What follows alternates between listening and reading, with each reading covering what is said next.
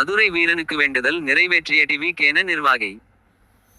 காஞ்சிபுரம் மாவட்டம் உத்திரமேரூர் வடக்கு ஒன்றிய செயலாளர் வயலக்காவூர் ராஜசேகர் தமிழக முதலமைச்சராக பொறுப்பேற்றிருக்கும் ஜோசப் விஜய் தேர்தலின் போது வெற்றி பெற்று தமிழக முதலமைச்சராக வரவேண்டும் என மதுரை வீரன் கோவிலில் வேண்டுதல் வைத்து சாமி தரிசனம் செய்தார். அதைத் தொடர்ந்து தேர்தலில் வெற்றி பெற்று முதலமைச்சராக பொறுப்பேற்றுக் கொண்டார். இதனால் வேண்டுதலை நிறைவேற்ற உத்தரவு நிறுவனம். ஒன்றிய செயலாளர் ராஜசேகர் மதுரை வீரனுக்கு கிடாவெட்டி சாமி தரிசனம் செய்து 1000 பேருக்கு கறி விருந்து ஏற்பாடு செய்திருந்தார். சிறப்பு அழைப்பாளராக வெளிநாடு வாழ் நலத்துறை அமைச்சர், மாவட்ட கழக செயலாளர் எஸ்.பி.கே. தென்னரசு மற்றும் உத்திரமேரூர் சட்டமன்ற உறுப்பினர் முனிரத்தினம் ஆகியோர் அன்னதானத்தை துவக்கி வைத்தனர். அதைத் தொடர்ந்து அமைச்சர் தென்னரசு, எம்.எல்.ஏ. முனிரத்தினம் பொதுமக்களாக அமர்ந்து உணவு அருந்தினர்.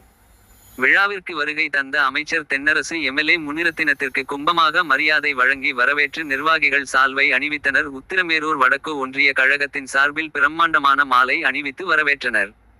இந்நிகழ்வில் ஒன்றிய செயலாளர்கள் ரஞ்சித் குமார், சாலவாக்கம் உதயகுமார், வலையூர் பிரதாப், ராஜேஷ் மற்றும் 100க்கும் மேற்பட்ட நிர்வாகிகள் கலந்து கொண்டனர்.